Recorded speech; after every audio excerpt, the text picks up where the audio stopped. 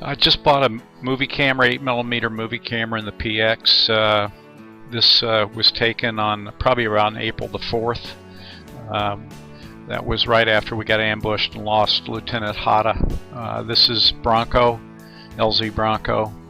I'm not sure what that area is. It looks like a prison of some kind. Obviously, I was learning how to focus the camera, or trying to learn how to focus. Cameras in those days weren't too automatic. Here's the entertainment area. That was the mess hall, and they had a little theater. And then there were the barracks. Hamilton, Gresham. There's Doc Patterson. Arvin Barraza. They called him Arvin because the Vietnamese thought he was Vietnamese. Hamilton. Again, I've been in contact with Hamilton, tried to get him to the Larry Robbins, tried to get both of them to the reunion. Just didn't make it, I guess. Hamilton went on and retired from the Army. He was a drill sergeant. There's Kerry Harwick. Kerry was a great guy. Curtis. Don't remember their names. Don Hyson. I've been looking for Don Hyson. Again, focus problems. Jack Gresham. Can't remember Jack's last name. There's Hyson again. Man, he thinks he's pretty cool.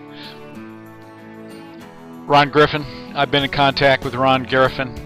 I tried to get him to go to the reunion. Maybe after he sees all the videos, he'll come. Mark Sutlick. Stayed in contact with Mark. He's a great guy. He'll be at the next reunion. He's still lives in California. He and I went through basic AIT and then got lucky and ended up in Vietnam together. This is a band from the Philippines. They weren't bad. Played some rock music. Dancing girls.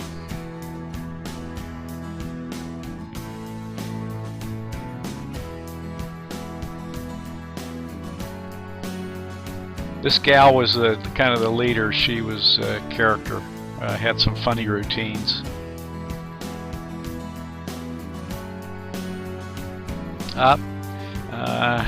Hey, I'm a soldier. Been away from women for a while. I was learning how to zoom in the camera. There was really no intention there. This gal was a pretty good singer, as I recall. She was also very pretty. And I'm learning how to move the camera up and down at this point. Well, there's Cooley. Trying to find him. I know he's in South Carolina somewhere.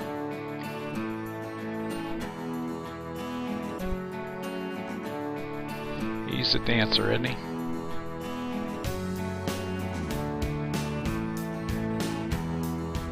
There's Doc Patterson again.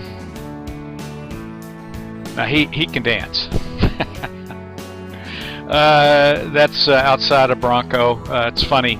I through YouTube matched up with a guy that took some movies in 1967.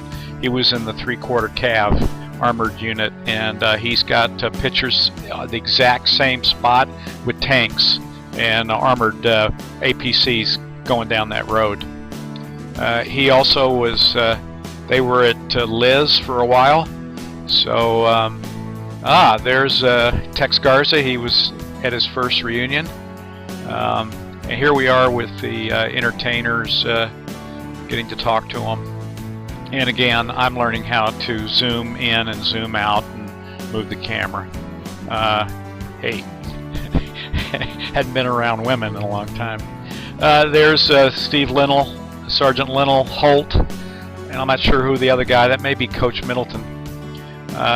Anyway, Linnell was a great guy, great leader for us, came to my rescue, saved my life. Milt Harden. There's the group, Sutlick, Harden. Look at all that hair. There's Hooper in the background. Kerry, Arvin. Gresham, Jack, and the boys. Okay, it's time to saddle up. We're loading up for the ride to Liz from LZ Bronco. Notice the rucksacks. I'm sure you all remember those. Notice no steel pots. Yeah, we got rid of them. Didn't carry them anymore. See a bunch of guys. Eddie Cobb. Been trying to locate him. Tex Cobb. Mark Sutlick. There's my rucksack. I was a M203. I got one of the first ones they issued. I kind of fell in love with that. Here we are in the trucks. There's Coach Middleton. He was at the last reunion. Don Hyson, still looking for him. And here's the countryside of Vietnam. We're on Highway 1 on the way to Liz.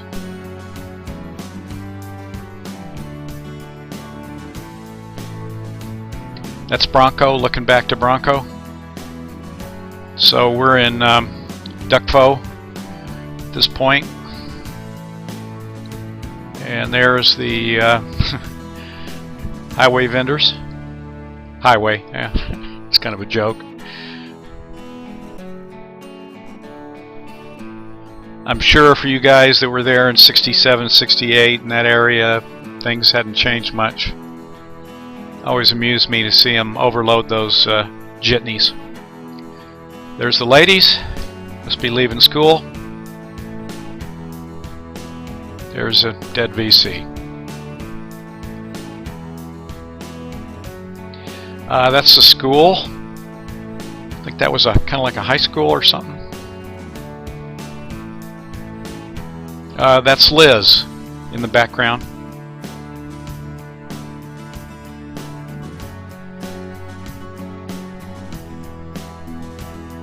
It was actually pretty country.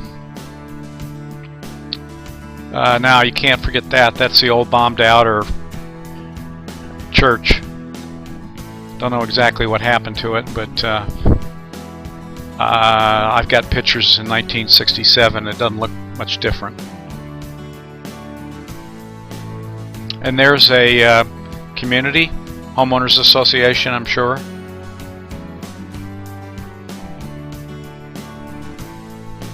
Must have been an old French church.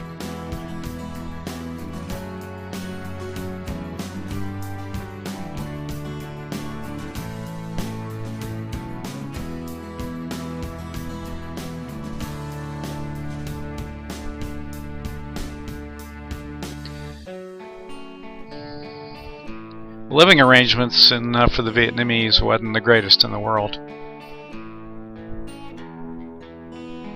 There we are, herding cattle.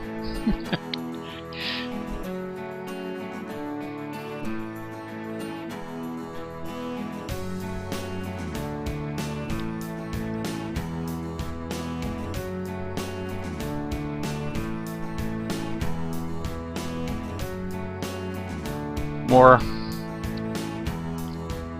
areas off the road. We must have stopped for some reason. That's the old Arvin military base. That's a joke. And there's us walking. That we've gotten off the trucks and we're walking up to Liz. We were then trucked to LZ Dragon, to be picked up by the 116th Hornets and inserted into the Songve Valley. Here you can see Bronco. You can see Liz on the map. You can see Dragon. It's just north.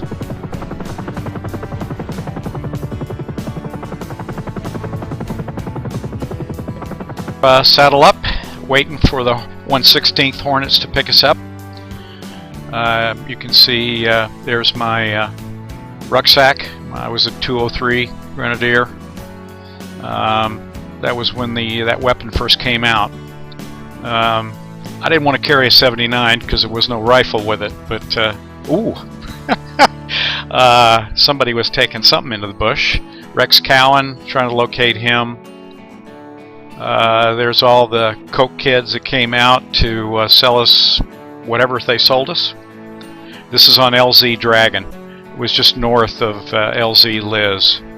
and this is where Lanny Duhamel, Mike Bedell, there's C. He was our Chuhoy. Great guy. Really great guy. You can see the countryside near Dragon. There's Top High Tower. Quite frankly, he was an asshole. There's Finkelbinder, I think. Here comes the Colonel's Loach, Colonel Brogan, and he's coming in to meet with the captain, Captain Ross. See Captain Ross there? That was Tom Glenn. The co-kids. These kids, we saw these guys a lot. They would come out in the bush, find us, and they would bring a block of ice and Coca-Colas, and boy, we like that. There's Elmore, Sutlick again. We're just hanging out, getting ready for the birds to pick us up. There's Doc Patterson. There's Hardin, laying down on the job. Pretty lady. And I gave this kid my weapon, my rucksack, and I guess we trusted him, needless to say, because he's sitting there with a loaded M203. I must have been nuts. There's another kid that we dressed him up. Boy, I don't think you'd do that in Afghanistan or Iraq. And here I am, loading up my, and then boom! Gary Harwick, good friend. I miss him. There's Hooper. I got in touch with him. He kind of was in denial that he was ever in Vietnam. Wasn't sure if he was or not.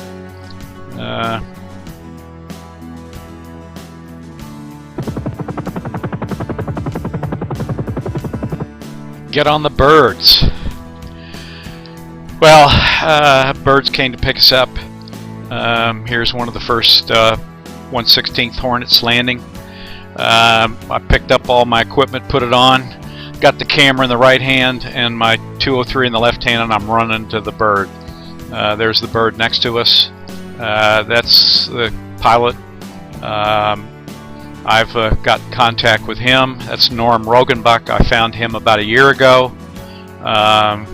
I called him and had a good buddy of his, Willie Payton, on the phone that was looking for him, and I got those two guys together. We're lifting off. I got my legs hanging out. I got the camera still in my right hand. I'll hold my M203 in the left, and usually you got your hand on something so you don't fall out. There's the door gunner's M60 machine gun. We're just on a lazy ride. And there's one of the birds behind us. Couple in front. That's OP Frag. I was actually, first platoon was there for about a month, I think back in January or February. It was actually a great place because we kind of had beds. It was a good place to be. We got more hot food there.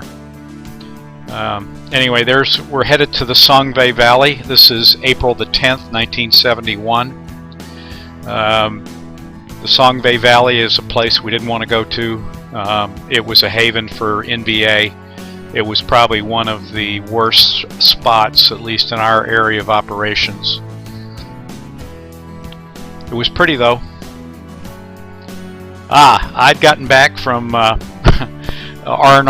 I went back to the U.S. When they announced 7 days, and they gave me new boots. They didn't want me to leave Nam with those. So I look like FNG with those new boots. We're getting closer, so the door gunner's getting his 60 ready. I'm looking through the bird on the other side. That's some of my buddies, Delta Company. There's the gunship,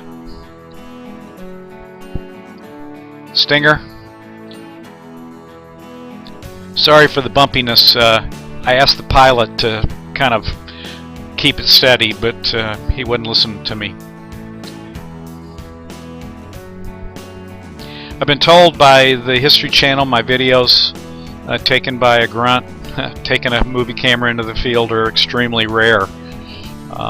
As many of you know, History Channel contacted me and my footage was used in the documentary Vietnam in high definition.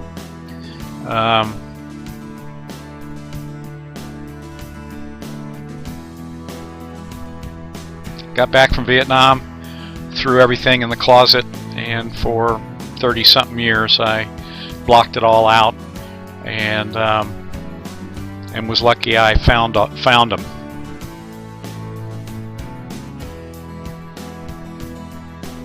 Here we are landing. We're coming in. Bravo Company is on the ground, so we're relieving them. And the objective was the next day that we would go up the hill where Alpha Company was located, and we would relieve them also. They were scheduled to go and stand down.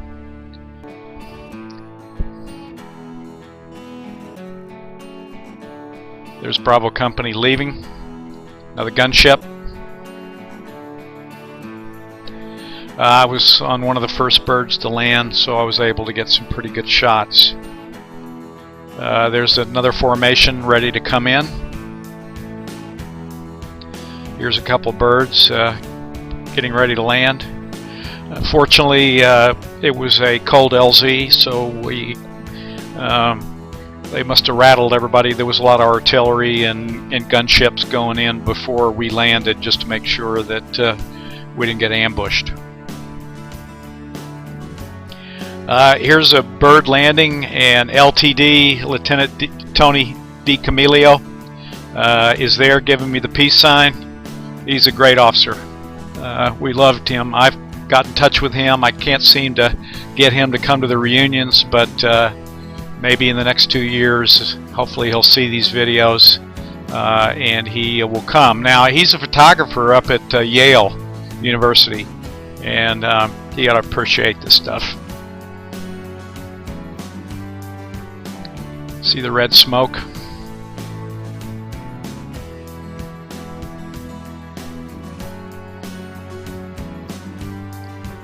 Carrying a load.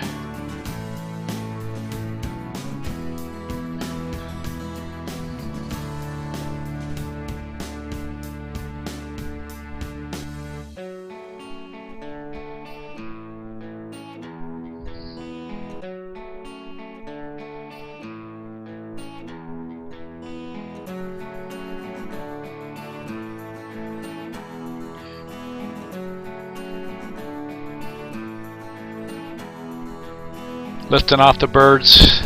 I think at this point we've been inserted, and we're ready to go to our day position, start running patrols, and search and destroy. You gotta love those gunships.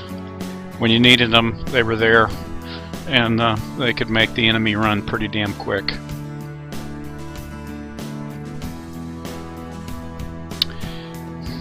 Well, we're in our position. We're getting ready to set up our day position, start our patrols. There's Mark Sutlick, Kerry Harwick. He's all business.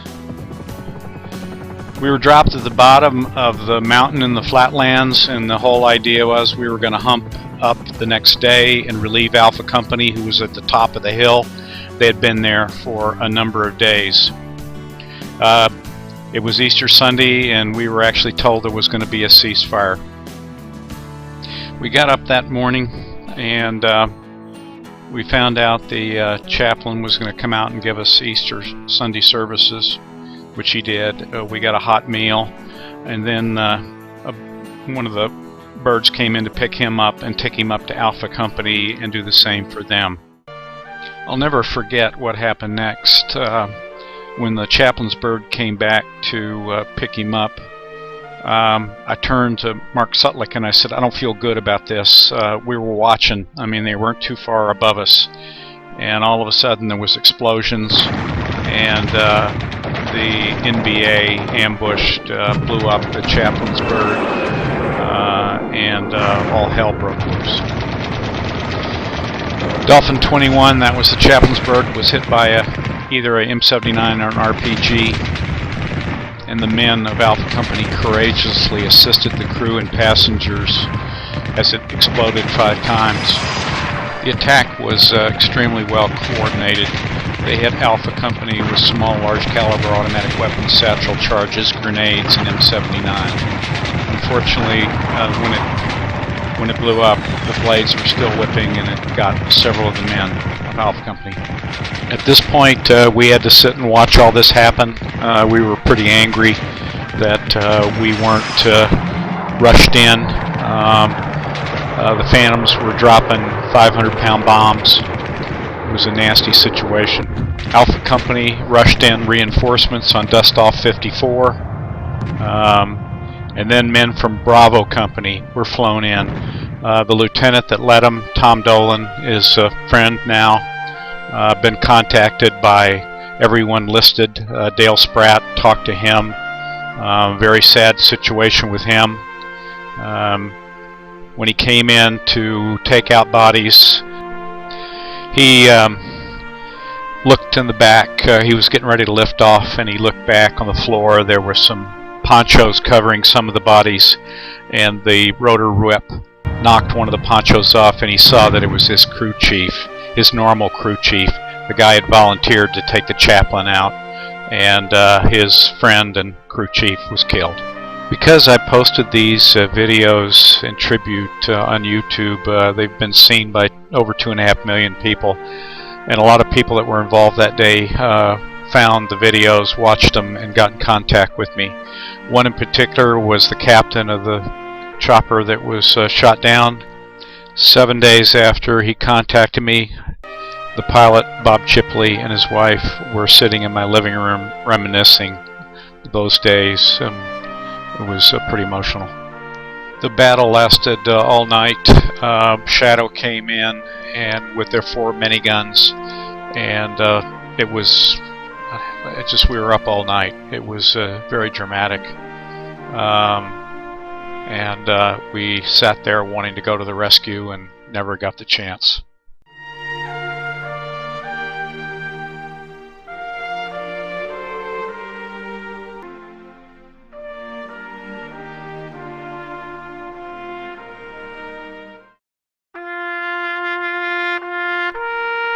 Over the years, since 2007, when I got re-engaged with Vietnam, my wife and I went to the Traveling Wall, and on a Saturday we got back at 4 p.m. At 4 a.m. the next morning, Sunday, she came in my office and said, "What the hell was I doing?"